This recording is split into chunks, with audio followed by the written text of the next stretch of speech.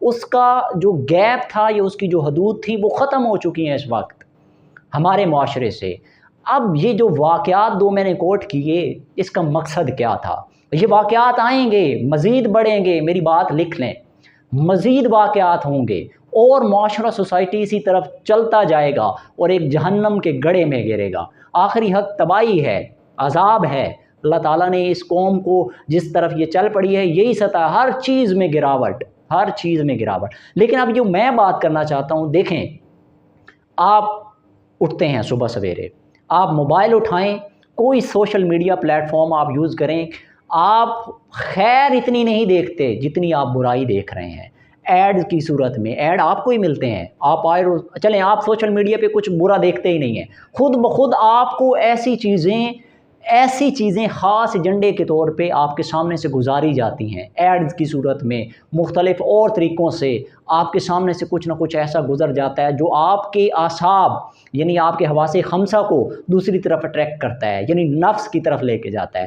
آپ T V چلائیں، صبح شام ڈرامے دیکھیں، فلمیں دیکھیں، جو بھی آپ انٹرٹینمنٹ کا ذریعہ بناتے ہیں، آپ ذرا اپنی اولاد یا خود پہ نظر دوڑائیں، آپ کو کیا مل رہا ہے وہاں سے؟ کوئی خیر مل رہی ہے یا آپ کو شہوت مل رہی ہے؟ یعنی ہر وقت نفس کی بات ہے، ہر وقت آپ کے ذہن پہ وہی چیز طاری ہے۔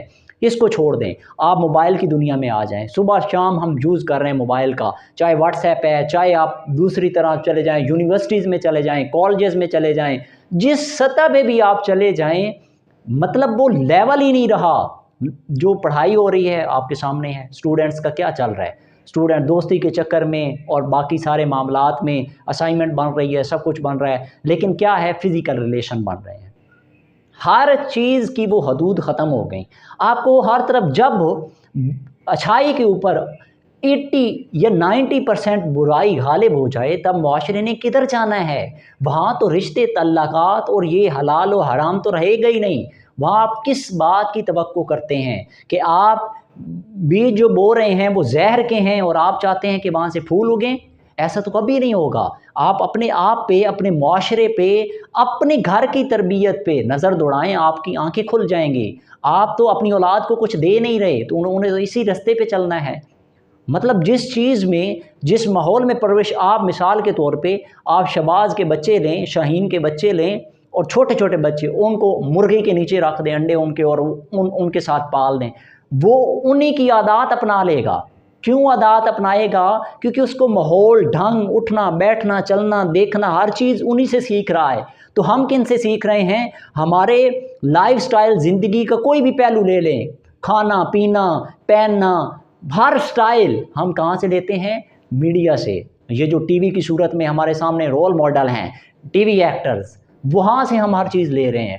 برانڈ آ گیا، یہ نیا لیٹسٹ جو ہے ماڈل آ گیا ہے، یہ نیا لیٹسٹ سٹائل آ گیا ہے، ہم وہیں سے اڈاپٹ کر رہے ہیں۔ تو کیا توقع کرتے ہیں جب ہر طرف یہ برائی اور یہ ساری چیزیں آپ کو ایک خاص ایجنڈے کے تحت آپ کے ذہنوں میں نقش کی جا رہی ہوں، آپ کو بالکل اسی طرف لے جایا جا رہا ہو کہ ایک ہی ریزن ہے، اور عورت کو تو اس طرح نیلام کیا جا رہا ہے کہ وہ صرف بنی ہی اسی مقصد کے لیے تھی، اور وہ خود کو پروڈیوس بھی سی کر رہی ہے ہمارے سوسائٹی معاشرے میں۔ ٹک ٹاک پہ جائیں، جہاں جس سوشل میڈیا ایڈ پہ جائیں، گھر میں بیٹھی عزتیں خود کو تار تار کر کے لوگوں کو دکھا کے واہ واہ لے رہی ہیں، لائکس کی صورت میں، کمنٹ کی صورت میں خوش ہوتے ہیں۔ ماں باپ کو پتہ ہی نہیں ہے، ماں باپ بنے ہوئے ہیں بس میرا بیٹی، میرا بیٹا بڑا ماشاءاللہ سے بہت بڑا، وہ کوئی یوسف علیہ السلام ہے، نعوذ باللہ۔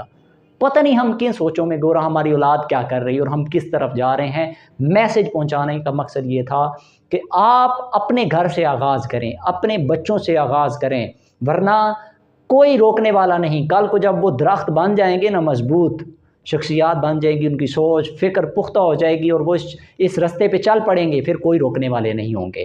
تو آج اگر بچانا چاہتے ہیں اپنے گھر کو، اپنے رشتوں کو، اپنے تعلقات کو، تو آج سے ہی بچوں کی تربیت شروع کر دیں، انہیں حلال و حرام، ان کو اچھی تربیت دیں۔ اس معاشرے سوسائٹی میں خیر کے پہلو ختم ہوتے جا رہے ہیں۔ خیر کے ساتھ جڑیں، کسی خیر کے ساتھ جوڑیں، اپنے آپ کو پازیٹیوٹی کے ساتھ جوڑیں، اپنے بچوں کو پازیٹیوٹی کے ساتھ جوڑیں اور ان پہ چیک اینڈ بیلنس رکھیں، ان کی تربیت کریں تاکہ کل کو آپ کو یہ والا کام نہ کرنا پڑے جو آج اسلام آباد وہ انصاف لینے کے لیے ایک بچی پہنچی ہوئی ہے، تو کل کو کوئی اور بھی پہنچ سکتا ہے۔ اگر ایسا نہیں چاہتے تو آج ہی ہوش کے ناخن لیں اور اپنی اولاد کی تربیت کیجیے۔ اپنا اور اپنے چاہنے والوں کا خیال رکھیں۔